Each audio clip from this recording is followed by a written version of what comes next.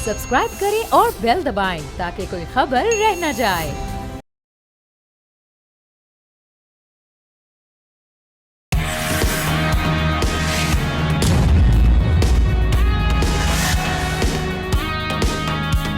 अस्सलाम वालेकुम नाजरीन, आप देख रहे हैं न्यूज़ पंच। मैं हूं आपके साथ माहरूख शहरियार। नाजरीन, गैर मामूली बारिशों और भारत के पानी छोड़ने से पंजाब के मुख्तलिफ अजला में इस वक्त शदीद सैलाबी सूरत हाल है। सैलाब और बारिशों से अब तक तकरीबन 22 अफराद के जाँ बहक और मुतादिद के लापता होने की खबरें मौसूल हो रही हैं। हुकूमत ने 8 अजला यानी सियालकोट, नारोवाल, हाफिजाबाद, सरगोदा, लाहौर, कसूर और उकाड़ा फैसलाबाद में फ़ौज को मदद के लिए बुला लिया है। सियालकोट के 133 हैं, जबकि वज़ीराबाद के 16, गुजरात के 20, मंडी बहाउद्दीन के 12, चिन्यूट के 100 और झंग के 52 देहात सैलाब से मुतासिर हुए हैं। ज़िला कसूर की बात कर ले तो पाकपतन, विहाड़ी, बहावल नगर और बहावलपुर में भी सैकड़ों देहात ऐसे हैं जो कि सैलाबी पानी की नज़र हो चुके हैं।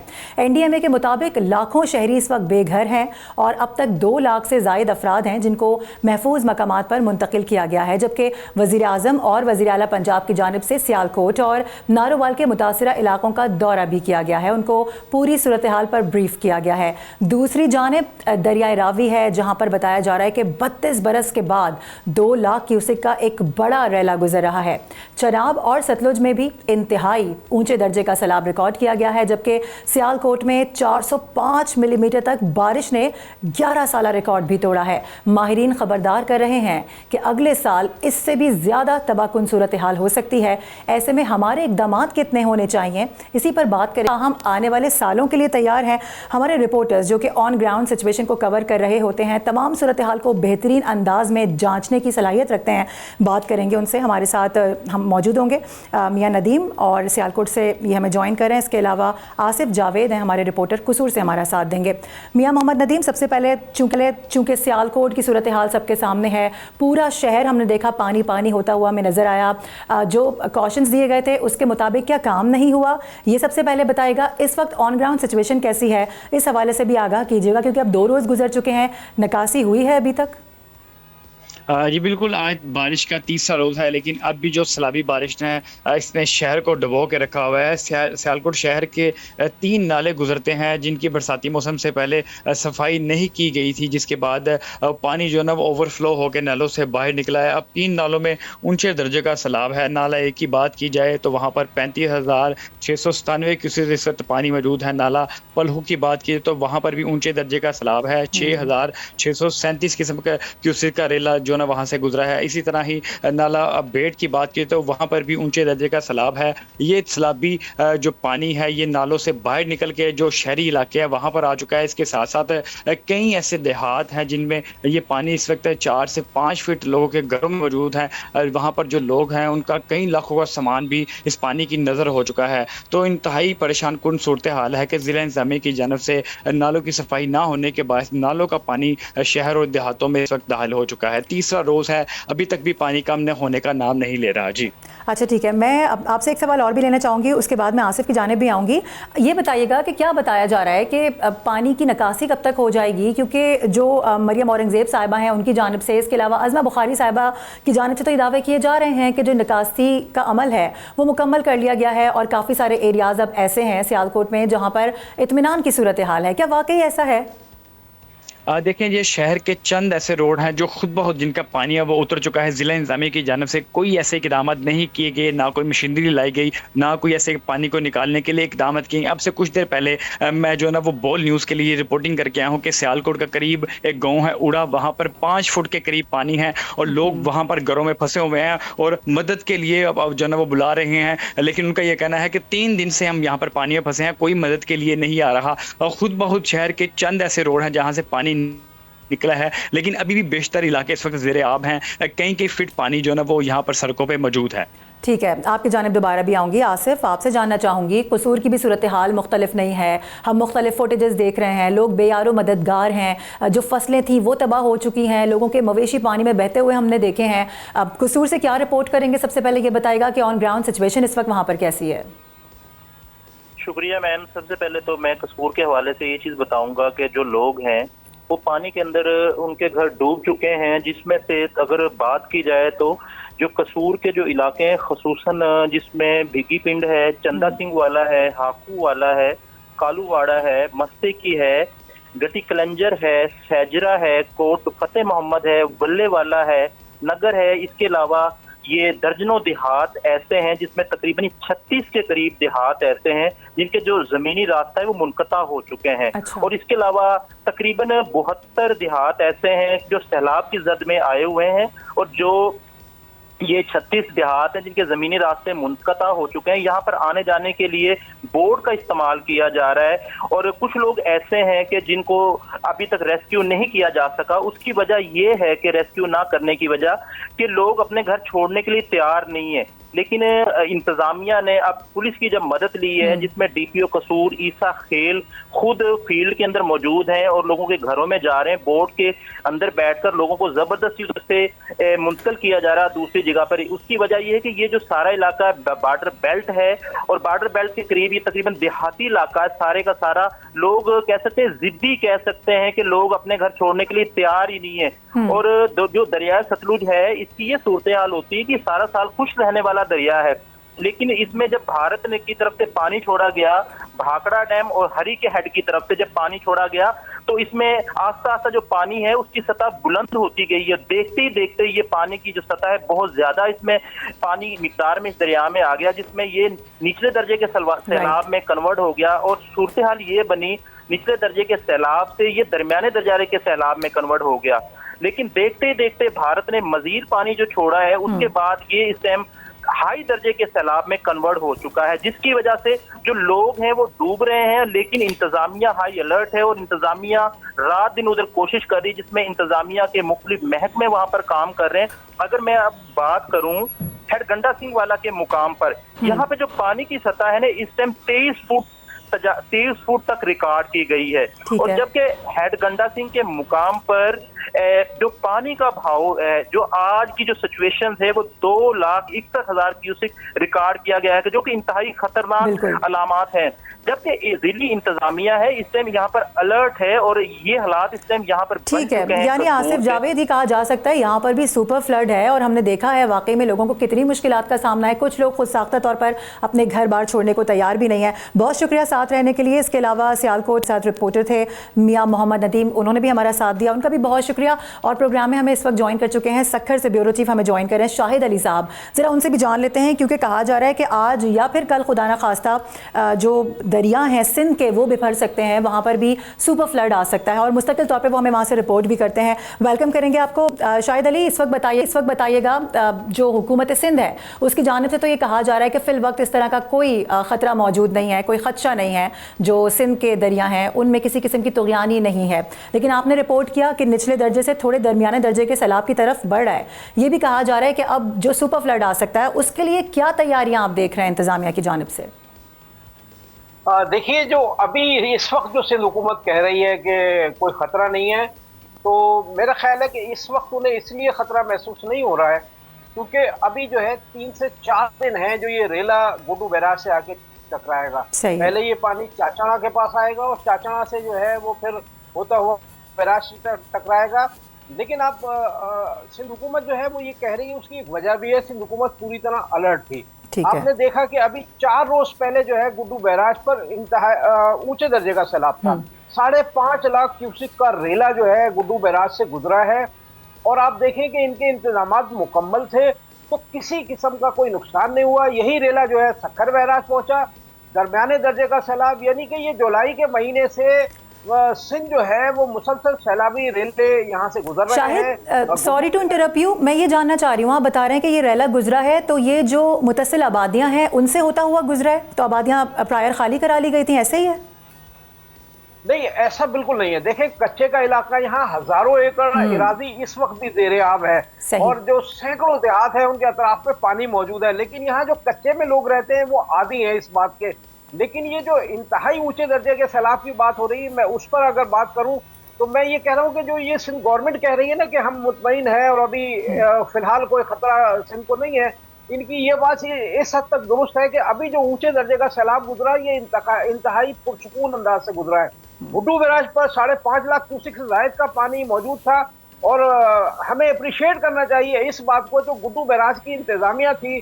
चीफ इंजीनियर हैं सैयद सरदार शाह और एससी हैं फैयाज शाह और एक्सीएन है, मेरा ख्याल है एक्सीएन है यहाँ पर, उनका नाम मैं भूल रहा हूँ इस वक्त। लेकिन ये लोग जो हैं, इन लोगों ने जो है वो इतने पुरसुकून अंदाज से इस ऊंचे दर्जे के सैलाब को गुजारा है कि सिंध में कोई नुकसान नहीं था। सक्खर बैराज इंतजामिया ने भी पूरा यानी निगहबानी रखी, दरमियाने दर्जे का सैलाब भी गुजरा। इस वक्त भी गुड्डू, सक्खर और कोटरी पर निचले दर्जे का सैलाब है। तो ये लोग सैलाबी कैफियत से तो गुजर रहे हैं, इसलिए सिंध हुकूमत ये बात सही कह रही है।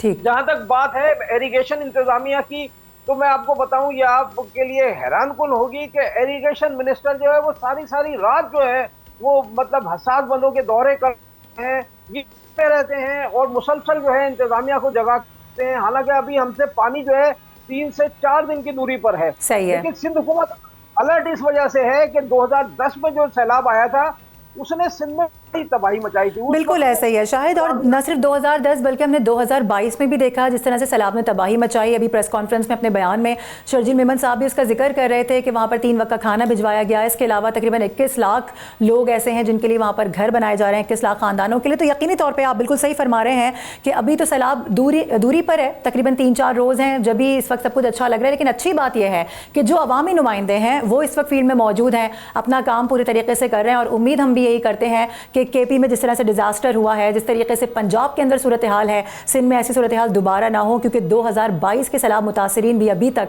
पूरी तरह से संभल नहीं पाए हैं। अल्लाह ना करे इस किस्म का कोई सैलाब दोबारा से आए। हमारे साथ जुड़े रहने के लिए बहुत शुक्रिया शाहिद आपका। मामले में आपसे मजीद भी अपडेट लेते रहेंगे। फिल वक्त यहाँ पर हम एक ब्रेक लेंगे नाजरीन, ब्रेक के बाद आपको दोबारा ज्वाइन करते हैं।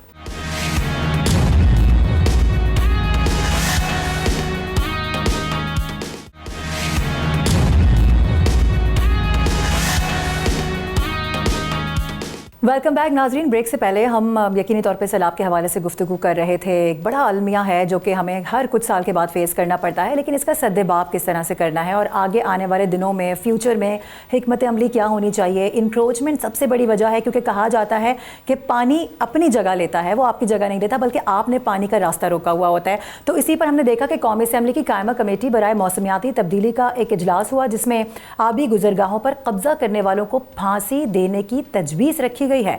कमेटी ने वजारत मौसमियाती तब्दीली की नाकिस कारकर्दगी पर बरहमी का इजहार भी किया है और सवाल उठाया है कि जब पूरी वजारत मौजूद है तो फिर वर्किंग पेपर्स और अमली इक़दाम कहाँ हैं, जिस पर सेक्रेटरी ने वजारत की नाअहली का एतराफ़ करते हुए माजरत भी कर ली है।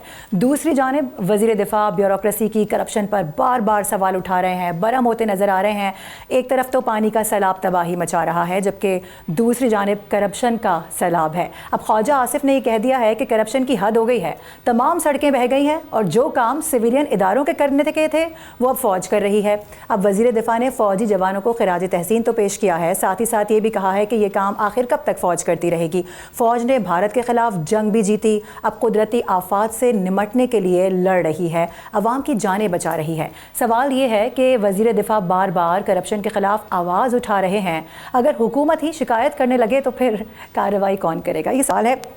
एहतशाम साहब हमारे साथ मौजूद हैं, उनसे बात कर लेते हैं। इसके अलावा ज़ाहिर शाह शराजी साहब भी हमें ज्वाइन कर चुके हैं। एहतशाम साहब, अब ये जो एक पॉइंट रखा गया है सज़ाए मौत यानी फांसी देने का, मैं शायद समझती हूँ कि ये एक हद तक सही भी है, क्योंकि जब इतने लोगों की जानें जाती हैं और एक शख्स की या चंद लोगों की गलती की वजह से पूरे गांव मलिया मेट हो जाते हैं, लोग अपनी ज़िंदगियाँ ख़त्म कर लेते हैं सिर्फ इस पानी के बिना पर, तो आप समझते हैं कि ये इस तरह के इक़दाम बड़े ज़रूरी हो चुके हैं, नागुज़ीर हो चुके हैं?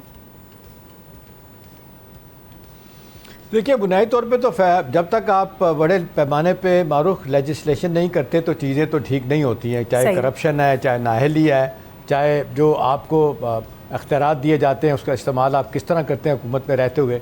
सवाल तो ये है कि करप्शन को अगर खाली देखा जाए तो हम देखते हैं करप्शन 14 साल की सज़ा है इस मुल्क में, और बड़ा एक जुर्माना भी है लाखों में। कितने लोगों को आज तक करप्शन पे सज़ाएँ हुए हैं ये अभी आपको पता है, मुझे भी पता है। तो देखें, ख्वाजा आसिफ साहब जो शिकायत कर रहे हैं, भले उनकी शिकायत में बड़ा वज़न है, और जिस तरीके से उन्होंने अपने शहर की बात की है कि हमारे नाजायज़ पूरे शहर में नालों पे लोगों ने तामीरात की और नतीजतन आज शहर सियालकोट डूबा हुआ है। इससे पहले आपने देखा ब्यूरोक्रेसी के मुतल्लिक भी वो बात कर रहे थे कि वहाँ पे कुछ लोग बैठे हैं, किस तरह करप्शन करते हैं।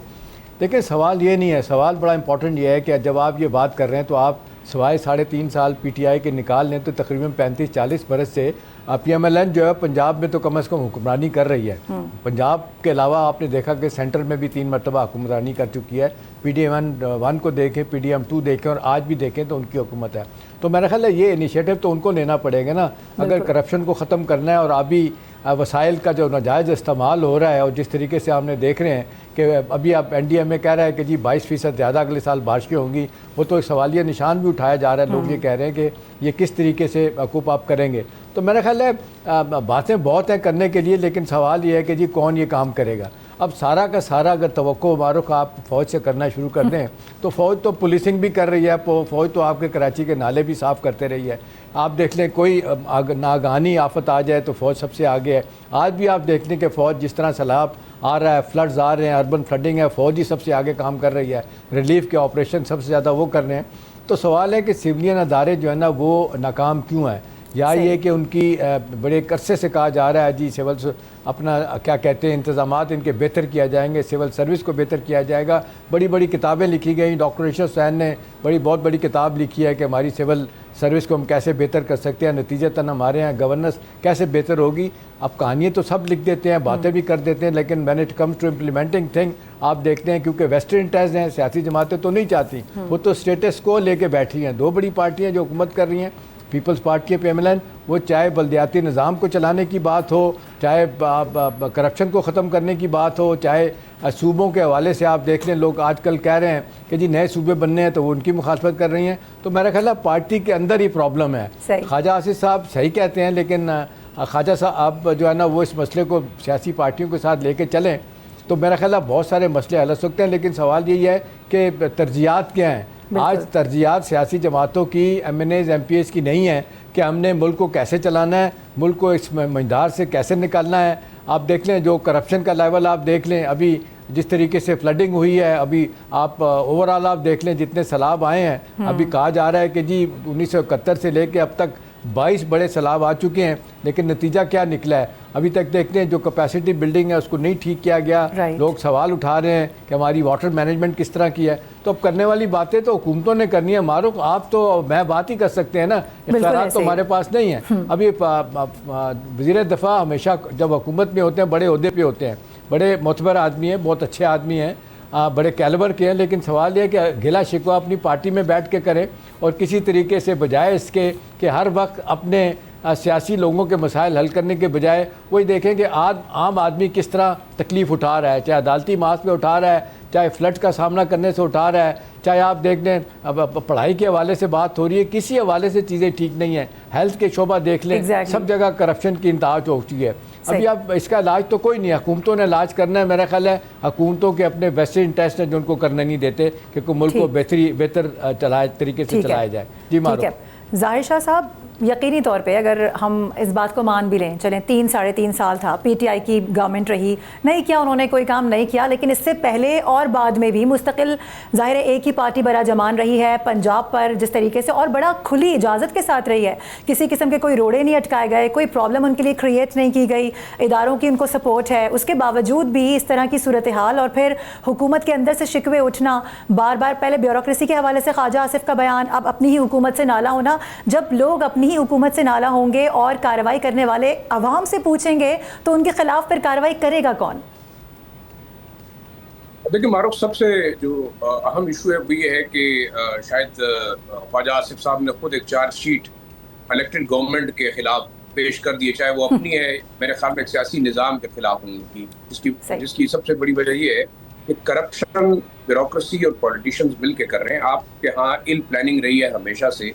अभी आप पंजाब के अंदर जो फ्लडिंग की बात कर रहे हैं कि अब तो सुबह शाम हम यही बहाना सुन रहे हैं कि इंडिया ने जो है पानी छोड़ दिया। इससे पहले आपके पास जो प्लानिंग थी क्या था, आपने क्या प्लान किया? पंजाब की सतह को अगर आप अपनी जगह भेजेंगे, एक बड़ा सूबा है, लेकिन वहाँ भी करप्शन और अकरबा परवरी की वजह से ये तमाम चीज़ें हुई हैं। एक जो अहम इशू है ख्वाजा आसिफ साहब ने उठाने की कोशिश की कि जनाब लोगों ने इलीगल कंस्ट्रक्शन किए। सबसे पहले तो देखना चाहिए कि वो टाउन प्लानिंग जो आपका गवर्नेंस का निज़ाम है, आपका डिप्टी कमिश्नर है, असिस्टेंट कमिश्नर है, आया इन गलत कंस्ट्रक्शंस की और इलीगल कंस्ट्रक्शंस की इजाज़त दी किसने? या आपने कभी उन लोगों को अकाउंटेबल ठहराया? मेरे ख्याल में नहीं ठहराया।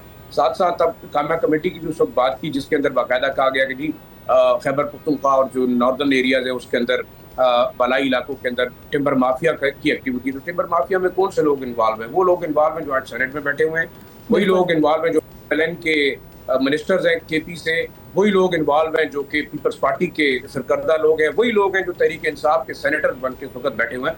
जरा खुल के नाम लेना चाहिए, क्योंकि ये वही चेहरे हैं अशराफिया के जो कोट पैंट और टाई पहन के जो है वो ऐवान बाला और ऐवान ज़री में बैठ के सारा दिन लेक्चर्स देते हैं। यही कायमा कमेटियां जिसके अंदर बैठ के ये उस वक्त मुखालफत करते हैं जब ये लोग हुकूमत में नहीं रहते। ख्वाजा आसिफ साहब तो बिल्कुल अपनी हुकूमत के ऊपर क्रिटिसाइज कर रहे हैं। अब देखिए, मैं केपी की छोटी सी मिसाल आपको देता हूँ। 20 अरब रुपए से जायद का नुकसान हुआ है, 87 के करीब आपकी सड़कें तबाह हुई हैं, 606 गवर्नमेंट बिल्डिंग और इंस्टॉलेशन तबाह हुई हैं। और रीजन क्या है कि पीछे आपके पास 1.5 महीने पहले जो वाकया स्वात के अंदर हुआ, उसके बाद आपने उन इलीट जो गवर्नेंस के ऑफिसरान थे उनके खिलाफ एक्शन नहीं लिया। आपने उन सियासी लोगों को मुर्द इल्जाम नहीं ठहराया, उनके खिलाफ एक्शन नहीं लिया, बल्कि कुछ ऐसे पावरफुल लोग थे जिनकी इलीगल कंस्ट्रक्शन और होटल्स को हाथ लगाने नहीं दिए, जिनमें आपके जो फेडरल मिनिस्टर हैं कश्मीर अफेयर्स के अमीर मकाम साहब भी शामिल हैं। अभी एक और आज एक नोटिफिकेशन हुआ है जिसमें प्राइम मिनिस्टर साहब ने 32 ऐसी सड़कें जो कि जो है वो शांगला के अंदर डिस्ट्रॉय हुई और उनका ठेका दिया जाएगा अमीर मकाम साहब की कंपनी को। तो आप अगर अपने सियासी लोगों को ही इन डेवलपमेंट के कामों के अंदर डालेंगे तो डेवलपमेंट के कामों से मुझे याद आया जाहिर शाह साहब, ये जो रूडा बन रहा है, ये जो बड़ी बड़ी स्कीम्स आ रही हैं, सोसाइटीज बन रही हैं, वो पानी को काट के, पानी का रास्ता रोक के बन रही हैं। जाहिर है फिर जब इस तरह की फ्लडिंग होगी तो पानी तो अपना रास्ता लेगा, और हमने देखा कि हो भी रहा है वही। देखिए, 2000 से जायद तो नैब ने उनको इलीगल करार दे दिया है, जो बड़ी बड़ी आपकी हाउसिंग स्कीम है। हाउसिंग स्कीम्स के अलावा दूसरा देखें, हमारी जितनी सियासी पार्टियां हैं, क्या इन्होंने कभी लोकल गवर्नमेंट सिस्टम को इस्टेब्लिश होने दिया है? अशराफिया और ब्यूरोक्रेसी और ये सियासी एलीट ये कभी भी नहीं चाहते कि आपका लोकल गवर्नमेंट सिस्टम स्ट्रेंथन हो, जहाँ पे मकामी लोग अपनी ज़रूरियात की चीज़ों के ऊपर फोकस करें। जब आपके इलेक्टेड नुमाइंदे कानून साजी के बजाय सारा दिन सड़कें और गलियाँ और नालियाँ बनाने और उनके फंड्स के ऊपर जो लड़ते रहेंगे, एडीपी स्कीमों के ऊपर लड़ते रहेंगे, वो सिर्फ और सिर्फ असम्बलियों के अंदर और सेनेट के अंदर फंड्स मांगते रहेंगे, तो मेरे ख्याल में देखिए ये अपना काम नहीं कर रहे। जो काम करना चाहिए था आपके लोकल बॉडीज़ को, आपने लोकल बॉडीज़ को बनने नहीं दिया। आपका ये निज़ाम अभी भी म्यूनिसिपल कॉर्पोरेशन के मिनिस्टर चलाते हैं, जो कि सिर्फ और सिर्फ ताबे रहते हैं अशराफिया के, जो पॉलिटिशियन के। आज भी एक गवर्नर खैबर पख्तूनख्वा का स्टेटमेंट मैंने देखा, उसके अंदर कह रहे थे कि जनाब 2 सेक्रेटरीज ऐसे हैं खैबर पख्तूनख्वा में जिन्होंने 12 करोड़ और 10 करोड़ रुपए की रिश्वत दे के अपनी पोस्टिंग करवाई है। तो आप अंदाजा लगा लें कि अगर ब्यूरोक्रेट 8-8 और 10-10 करोड़ रुपए इसलिए देते हैं कि सिर्फ वो अपनी पोस्टिंग करवा सके, तो फिर हालात कैसे होंगे? मेरे ख्याल में देखिए, आपका निज़ाम बड़ा शटर्ड निज़ाम है, पुअर गवर्नेंस है, इसमें कोई दूसरी राय नहीं है कि जितना मेस बना हुआ है, मेरे ख्याल में ये हमारी मिस मैनेजमेंट और इल प्लानिंग है। और इसके जिम्मेदार ख्वाजा आसिफ साहब और उन जैसे कानून साज हैं जो कि बैठ के प्लानिंग करते हैं, जिनको ब्यूरोक्रेट्स करप्शन का रास्ता दिखाते हैं। जब ब्यूरोक्रेसी और आपके जो पॉलिटिशियंस हैं उनकी ज़िंदगी ऑफ शोर हो, उनके बच्चे ऑफ शोर हो, वो गैर मुल्की उनके पास शहरियतें हो, तो उन्हें पाकिस्तान से क्या प्रॉब्लम है? उन्होंने तो पैसा निकाल के चले जाना है। तो मेरे ख्याल में सोचना ही होगा कि आपने उन लोगों के हाथ में ये बागडोर देनी है जो कि इस मुल्क के साथ लॉयल हो, जो इस मुल्क से मोहब्बत करते हो, जिनका मेरे ख्याल में फ्यूचर जो है इस मुल्क के साथ हो। जो लोग अगर बाहर ही जाके ज़िंदगी गुजारेंगे और कारोबार बाहर करेंगे, वो पाकिस्तान के बारे में क्या सोचेंगे? मारूख जी एहतशाम साहब कुछ कहना चाहिए? एक चीज़ अगर मुझे इजाज़त दें, शाहरुख अपना जाहिर शाह अच्छी बात कर रहे हैं। देखें ना, जो भी ट्रांसपेरेंसी इंटरनेशनल की एक रिपोर्ट वो कहती है कि जो सबसे ज़्यादा पाकिस्तान में ख़राब पीरियड रहा है ना करप्शन के हवाले से, वो पीपल्स पार्टी का है 2008 से 2013, जिसमें वो कहते हैं 5 वर्षों में मारूख $94 बिलियन की जो है ना करप्शन पाकिस्तान में हुई, जिसका मतलब है 8.5 ट्रिलियन रुपीज़ की। अभी इस तरह देख लें, जिस तरह हमारा देख लें 135 नंबर था हमारा, 180 मालिक में 135 नंबर पे आज भी हम खड़े हैं। पिछले साल की अगर आप देखें 2024 तक की 2 नौच कम हुए हैं। तो सवाल तो ये नहीं कि खबरें तो बहुत चलती हैं, कह रहे तो सब बातें ठीक कर रहे हैं, लेकिन अमल करने के लिए तैयार नहीं है। किसी के पास कोई मैकेनिज्म नहीं है कि कैसे ठीक करें। जब तक ये पूरा का पूरा निज़ाम नहीं ठीक होगा ना, गवर्नेंस बेहतर नहीं होगी। जी आखिरी देखें, अभी जो कोहिस्तान स्कैंडल है, 50 अरब 3 बड़े डिपार्टमेंट ने मिल के, फाइनेंस डिपार्टमेंट शामिल रहा, उनको बुला के उनके साथ जो है 50 अरब रुपए के बदले लेने जो है वो कहते हैं ना कि जी ये लोग रिटर्न करने के लिए तैयार है। तो अब क्या होगा, 40% आप प्ली बार्गेन करेंगे, 60% ये लोग खा के चले जाएंगे। बड़े अफसोस की बात है। आप देखें, मैं ये समझता हूँ अगर इस मुल्क के अंदर आप सिर्फ CNW और जो लोकल गवर्नमेंट डिपार्टमेंट है उसके इंजीनियर, SDOs, XCNs और उनके जो सुपरवाइजर्स हैं, आप इनके सिर्फ एसेट्स को अगर आप नैब और जो हमारे इदारे हैं वो चेक करना शुरू करें तो आपको तमाम की तमाम करप्शन बड़ी विजिबल नजर आ जाएगी। आप हैरान होंगे कि बड़ी बड़ी हाउसिंग स्कीम्स के अंदर आपको ये 4-5 डिपार्टमेंट्स के लोगों की इन्वेस्टमेंट नजर आएगी जो कि सर्विंग ब्यूरोक्रेट्स हैं, जो कि सर्विंग प्रोजेक्ट डायरेक्टर्स हैं। मेरे ख्याल में देखिए अब हमें अच्छा जाहिर शाह साहब, यकीनी तौर पे ये पॉइंट तो आप रेज कर रहे हैं, लेकिन अफसोस के साथ ये भी कहना पड़ता है कि जो ब्यूरोक्रेट्स हैं वही हुकूमत का हिस्सा भी हैं, बड़े बड़े ओहदों पर फाइज भी हैं। तो जाहिर है जब हुकूमतें उनकी अपनी हैं तो उनके खिलाफ कौन कार्रवाई करेगा, एहतसाब कैसे होगा, किसका होगा और कौन करेगा, यही वो सवाल हैं जो हम छोड़े जा रहे हैं। साथ रहने के लिए बहुत शुक्रिया। जाहिर शाह साहब हमारे साथ मौजूद, एहतशाम साहब हमारे साथ ही मौजूद रहेंगे। प्रोग्राम में यहाँ वक्त हो गया एक ब्रेक का, इसके बाद कुछ दीगर इंपॉर्टेंट स्टोरीज़ हैं वो शेयर करेंगे। सियासत में भी बड़ी हलचल है, उस पर भी बात करेंगे।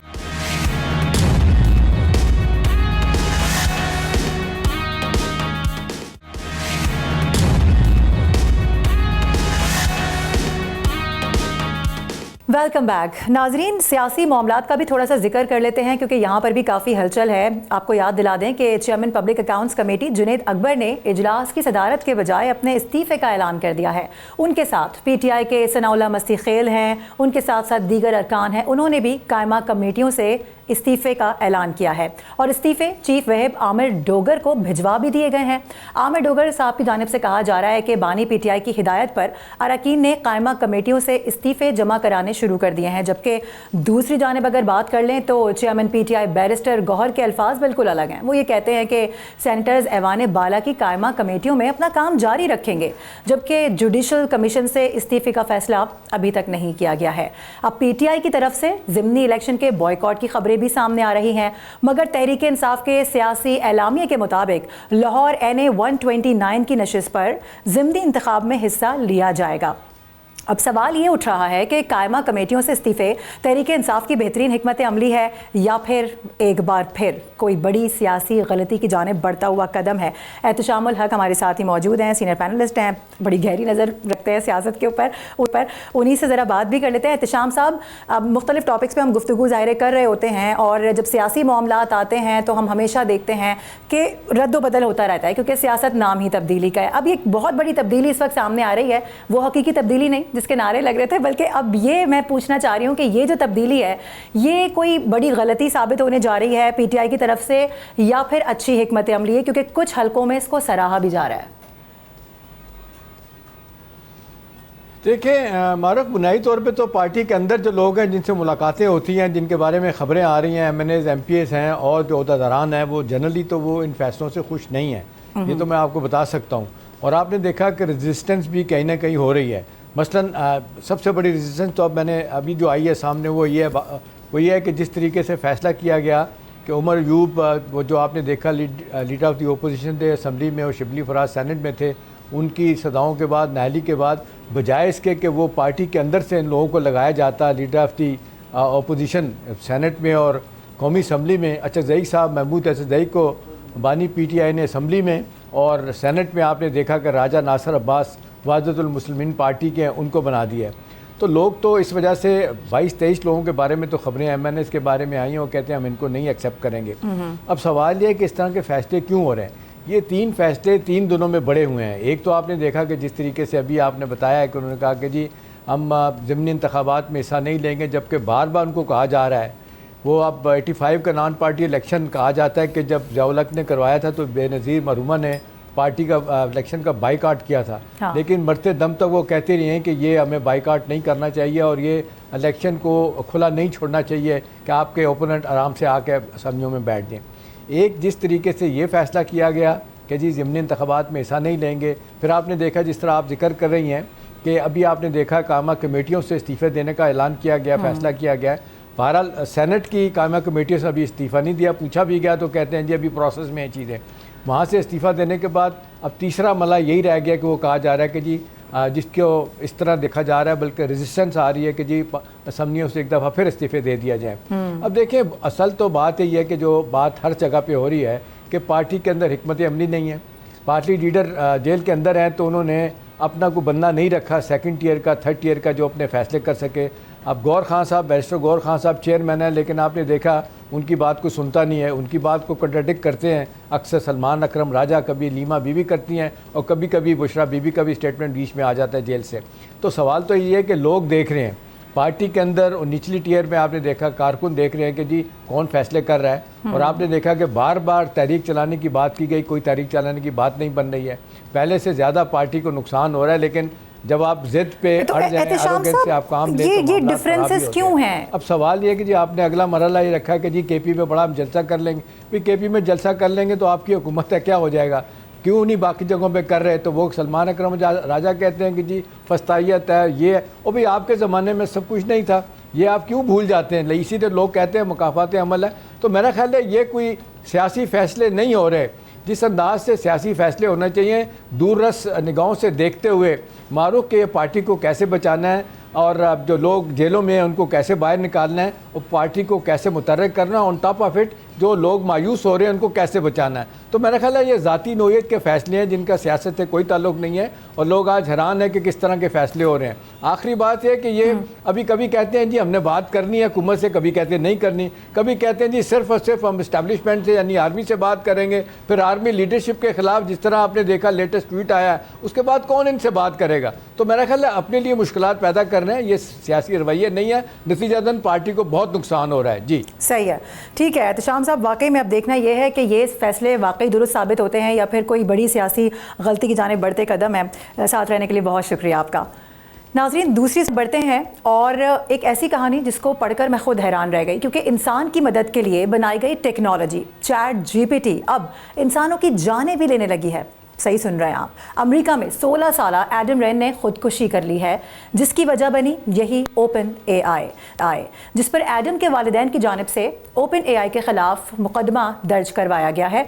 वालिदैन का मौक़िफ़ ये है कि चैट जीपीटी ने उनके बेटे को हसास और ख़तरनाक मालूमात फ़राहम की, जिससे उसे खुद अपनी जान लेने की हौसला अफजाई की है। 16 साल एडम अपनी दादी और पालतू कुत्ते की मौत पर बहुत गमज़दा था। इसके अलावा उसे खेलों की टीम से निकाले जाने का भी बेहद अफसोस था, जिसने उसे बीमार कर दिया था। अब अपनी बीमारी में वो चैट बॉट से जुड़ गया। अपने मसले, अपनी मुश्किलात, तमाम तरूदात उसने डिस्कस करना शुरू की और फिर बात बढ़ते बढ़ते ख़ुदकुशी तक आ गई। अब वालिदैन ने जो मुकदमा किया है उसमें इल्ज़ाम ये लगाया गया है कि एआई चैट बॉट ने एडम की हौसला शिकनी करने के बजाय उसकी हौसला अफजाई की, उसे ख़ुदकुशी करने के मुख्तलिफ़ तरीक़े बताए, जिसमें से एक पर अमल करते हुए एडम ने अपनी जान ले ली है। लेकिन ये कोई पहला वाक़या नहीं है। आपको याद दिला दें कि इससे पहले 2023 में भी बेल्जियम के एक शहरी की जानिब से ऐसी ही मौत की वजह चैट जीपीटी बना था और 2024 में भी फ्लोरिडा में 16 साल लड़के ने भी चैट जीपीटी की मदद लेकर अपनी ज़िंदगी का खात्मा कर लिया था। दूसरी जानिब अगर हम बात करें कि ओपन एआई ने इल्ज़ामात को मुस्तरद किया है, वजाहत भी जारी की है कि चैट जीपीटी ने तालीमी और तख्लीकी मकासद के लिए ये तमाम तर जो तरीक़ा है वो इख्तियार किया है। लेकिन कंपनी का कहना ये है कि ये सिस्टम ऐसे मौक़ों पर सार्फिन को क्राइसिस हेल्पलाइन की तरफ रहनुमाई करता है। तर्जुमान ने यह कहा है कि एडम की मौत बदकिस्मती से चैट जीपीटी चैट बॉट किसी को खुदकुशी पर उकसाने की पॉलिसी नहीं रखता है। ओपन एआई का कहना है कि वो अपने मॉडल्स को मज़ीद बेहतर और महफूज बनाने पर भी काम कर रहे हैं। अब तमाम तर मामलात पर हम राय लेने की कोशिश कर रहे हैं। हमारे साथ एआई एक्सपर्ट मौजूद हैं, कंवल चीमा साहिबा, उनको वेलकम करेंगे। बहुत शुक्रिया प्रोग्राम में वक्त देने के लिए। अब कहिएगा, ज़ाहिर है ये कोई पहली स्टोरी नहीं है, लेकिन ये बड़ी वायरल स्टोरी है। अब इस पर मुख्तलिफ़ किस्म के मुकदमात भी सामने आ रहे हैं। ख़ुद वालिदैन की जानिब से भी मुकदमा दर्ज करवाया गया है। वो एक टूल जो कि इस्तेमाल हो रहा था एक अच्छे कॉज के लिए, पॉजिटिव एस्पेक्ट के लिए, अब वो नेगेटिव कॉज के लिए भी इस्तेमाल हो रहा है, यहाँ तक कि लोग अपनी जानें ले रहे हैं। इससे कैसे बचा जा सकता है? चैट जीपीटी और ये जो बाकी दीगर चैट बॉट्स हैं, जब आप इनसे मालूमात लेना शुरू करते हैं, आपने अक्सर देखा होगा कि अगर आप एक लाइन ऑफ थॉट पकड़ लें तो वो नॉर्मली आपके लाइन ऑफ थॉट को आगे बढ़ाता है, विच मीन्स कि वो आपसे अग्री करता है। तो जो चैट बॉट्स का एल्गोरिदम है वो इस तरह से काम कर रहा होता है कि नॉर्मली जब आप उससे बात कर रहे होते हैं तो जो चीज़ आपसे कह रहे होते हैं वो आपको फिर उसी चीज़ में आगे लेके चल रहा होता है और आप ही की लाइन ऑफ थॉट को बढ़ाता चला जाता है, विदाउट टेकिंग इनटू कंसिडरेशन कि वो सही है या गलत है। मतलब वो काइंड ऑफ अपनी जजमेंट बीच में नहीं लाता अगर फॉर एग्जांपल आप उसे ये कहें कि बहुत वेदर जो है वो जो बहुत गर्म वेदर होता है वो बहुत अच्छा होता है, फॉर दिस रीजन वो आपको बताना शुरू कर देगा कि गर्म वेदर क्यों अच्छा होता है। अच्छा। और अगर आप उसे कहें जी कि गर्म वेदर बहुत बुरा होता है फॉर दिस रीजन, तो फिर आपको वो बताना शुरू कर देगा कि गर्म वेदर क्यों बुरा होता है और उसके क्या क्या। तो बेसिकली वो आप ही की लाइन ऑफ थॉट को आगे बढ़ाता है। तो यानी इस केस में भी इसी अब तरह जी। कमल साहबा, यानी आप ये कह रही हैं कि जैसे ही हम उसको कमांड देंगे वो वैसे ही रिएक्ट करेगा। एग्जैक्टली वो उसी तरह रिस्पॉन्ड भी करता है। और दूसरा ये कि वो सिर्फ कमांड पे नहीं, वो जो आपकी सोच होती है वो आपसे अग्री ज्यादा, इट्स एग्रीएबल। मतलब ठीक। उसकी जो एक खसूसियत है वो ये है कि उसके अंदर अग्रीएबलनेस है, जिसकी ठीक। वजह से लोगों को उससे बातचीत करना पसंद आता है, अच्छा लगता है, क्योंकि वो उनसे अग्री कर रहा होता है फॉर इन मोस्ट केसेस। तो ये अब कुछ जो कंपनीज हैं उनको देखना पड़ेगा कि कुछ ऐसी चीजें हैं कि जिसमें अग्रीएबलनेस जो है वो बहुत बुरे रिजल्ट, जैसे कि अभी हमने इस बच्चे के केस में देखा कि उसकी एक नेगेटिव ट्रेन ऑफ थॉट चल रही थी और उस नेगेटिव ट्रेन ऑफ थॉट से चैट जीपीटी या चैट बॉट में जो भी वो यूज कर रहा था उसने उसे अग्री करता गया और उसी नेगेटिव ट्रेन ऑफ थॉट को आगे बढ़ाता चला गया, जिसकी वजह से जो है वो एक नेगेटिव डगर के अंदर डीपर और डीपर जाता चला गया और फिर इवेंचुअली इतना बड़ा हादसा, इतना बड़ा सानेहा ये हो गया। तो आपने अभी जो चैट जीपीटी 5 आया है उसमें मैं उसको टेस्ट कर रही थी कि उसकी जो कॉग्निटिव एबिलिटीज हैं और उसकी जो रीजनिंग है, उसकी थिंकिंग है, वो काफी ज्यादा सुपीरियर हो चुकी है और उसके अंदर ये जो अग्रीएबलनेस है ये थोड़ी कम है कदर है। पिछले जो वर्जन हैं चैट बॉट से उनसे थोड़ी कम है। उसके अंदर अपनी एक जजमेंट की कैपेसिटी बहरहाल थोड़ी बेहतर है पिछले चैट बॉट से। ठीक है, कंवल चीमा साहिबा हमारे साथ मौजूद थी। बढ़िया के बड़ा इंपॉर्टेंट वाक़या ऐसा रूनुमा हुआ है जिसने वाकई सबको हिलाकर रख दिया है और इसी वजह से कहते हैं कि जो टेक्नोलॉजी का इस्तेमाल है वो सही हाथों में भी होना चाहिए और सही तरीके से भी होना चाहिए, क्योंकि जाहिर है वो एक टेक्नोलॉजी है, आप जैसा उसको फीड करेंगे, जैसा कमांड करेंगे वो वैसा ही रिस्पॉन्ड करेगा। शायद इस केस में भी यही हुआ है। प्रोग्राम में साथ देने के लिए बहुत शुक्रिया नाजरीन। प्रोग्राम का वक्त इख्तिताम को पहुँचा है, अपना बहुत ख्याल रखिएगा। अगले प्रोग्राम में दोबारा हाजिर होंगे। अल्लाह हाफ़िज़।